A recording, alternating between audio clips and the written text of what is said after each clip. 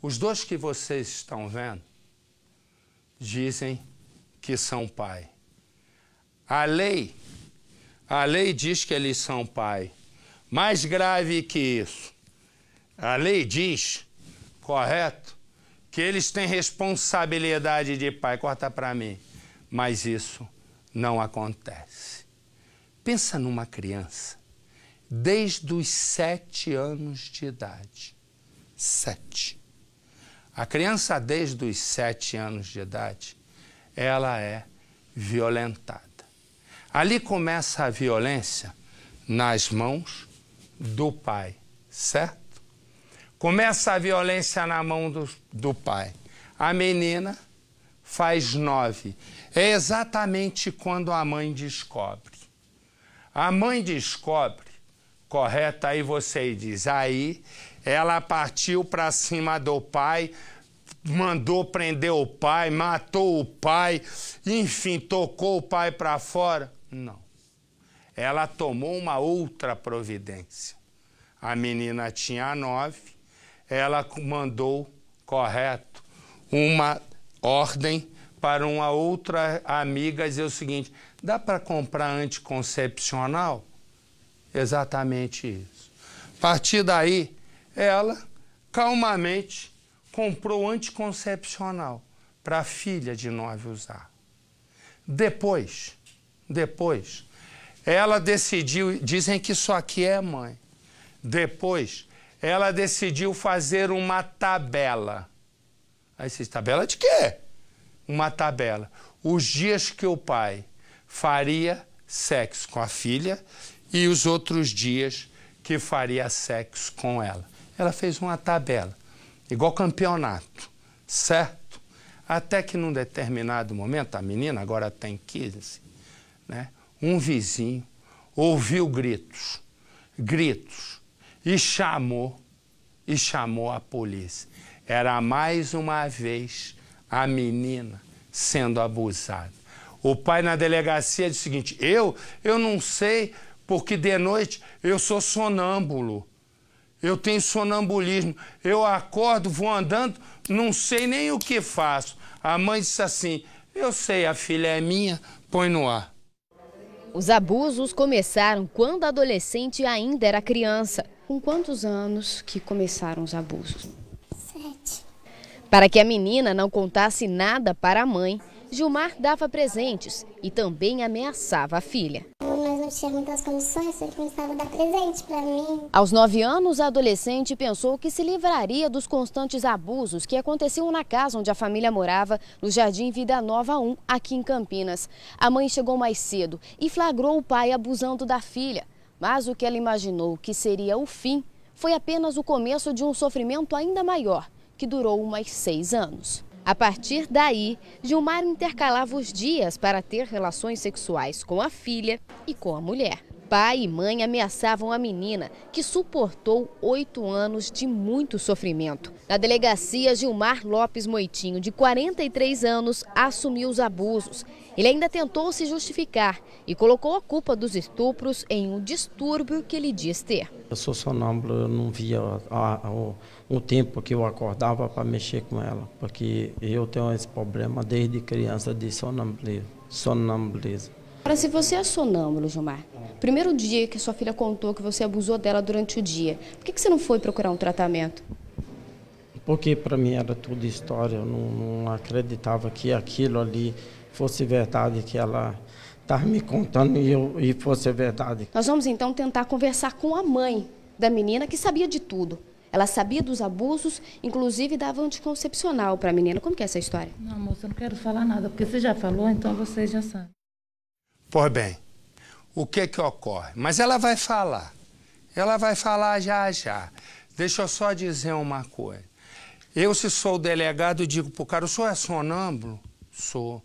Então tá bom, eu vou botar o senhor numa cadeia lá dentro na cela, onde tem um monte de sujeito que não suporta sonâmbulo.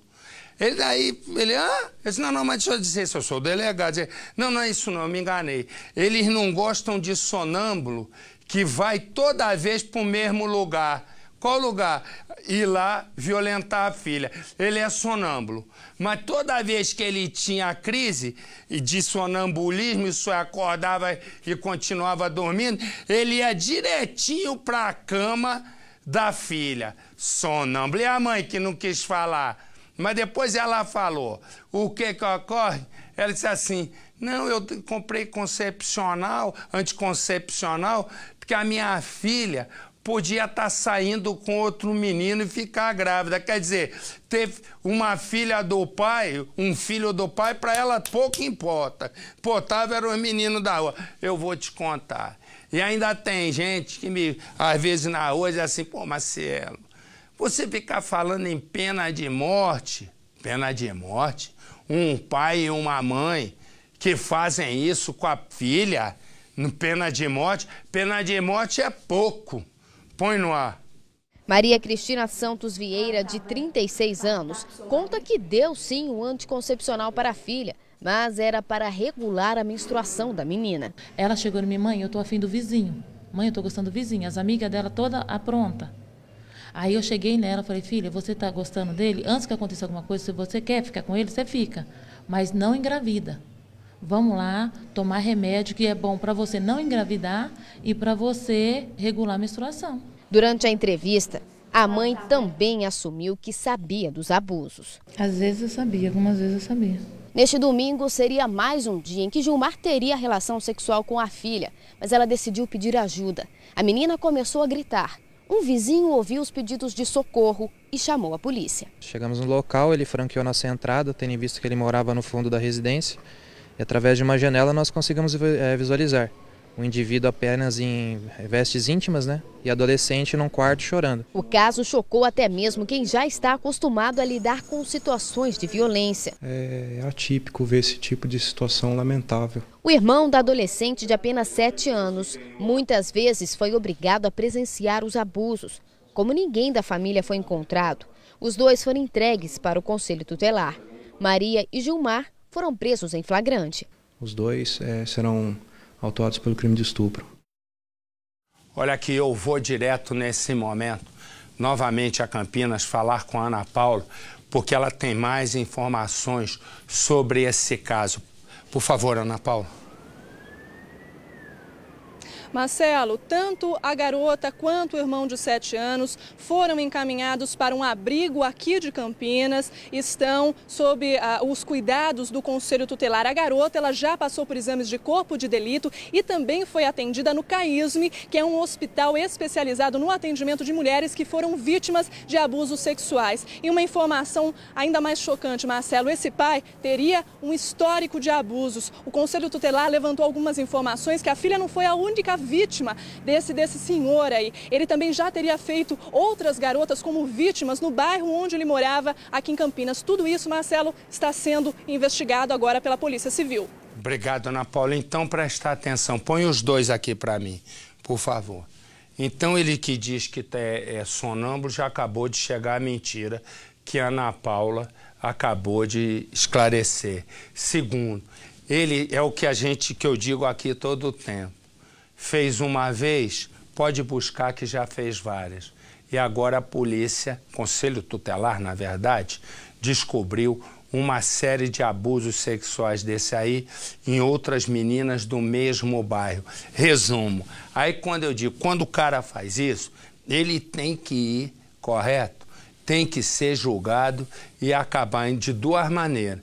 Manicômio judiciário numa prisão perpétua ou corredor da morte. Desculpe quem não concorda, mas é deixá-lo solto, é deixá-lo pronto para atacar novamente. Eu não pensa você que eu gosto de ficar falando em pena de morte. Realmente não é o que eu gostaria de fazer na minha vida. Eu gostaria de contar os casos aqui, mas que não chegasse a esse ponto. Mas eu te pergunto o seguinte, um cara desse sai da cadeia novamente, para novamente atacar uma criança. Entre a criança que vai ser atacada e a vida dele, o que é mais importante? Não pode ter uma decisão que cria uma ideia, é uma coisa ou outra. que é mais importante? Evitar o que fatalmente vai acontecer, o ataque a uma outra criança ou a vida de um sujeito desse? Para mim, é preservar a criança e deixar esse aí realmente, se houvesse, né, num corredor da morte. Essa é que é a verdade. O problema é que a gente não quer encarar a realidade. Eu digo sempre, violência sexual contra a criança, violência sexual contra a mulher de uma maneira geral, contra idosos, violência contra idosos, desculpe, só pena de morte. Não tem solução. Eu penso assim, e não pensa você que eu penso assim agora, não. Eu penso assim há muito tempo. Por quê? Porque desde que eu comecei a trabalhar com investigação nessa área de violência, de segurança pública, desde que eu comecei, eu não vi um se recuperar. Um que seja. E por não ver um que seja, eu vi vários que saíram da cadeia e foram atacar de novo mulheres, crianças e idosos. Essa gente, como não tem cura, nós temos que dar uma solução definitiva e não deixá-los sair pela rua para que eles ataquem novamente. Isso eu não sei qual é o seu raciocínio, mas o meu, cada vez mais, eu estou certo de que é esse. E nesse caso aí, Marcelo, ao dizer que é sonâmbulo, ele, na verdade, está indiretamente confessando os estupros. Claro, quer dizer, ele é confesso. Agora, uma criança de 7 anos, você tem toda a razão. Isso é inimaginável até que ele faça isso com a própria filha. Deu uma de sonâmbulo, que sonambulismo, aliás, não tem nada a ver com estuprador. Com a parceria da mulher, quem cobre tudo ainda compra anticoncepcional para a filha. Isso é um absurdo. Não tem espaço nesse planeta para eles não, Marcelo. Não tem espaço nesse mundo, não.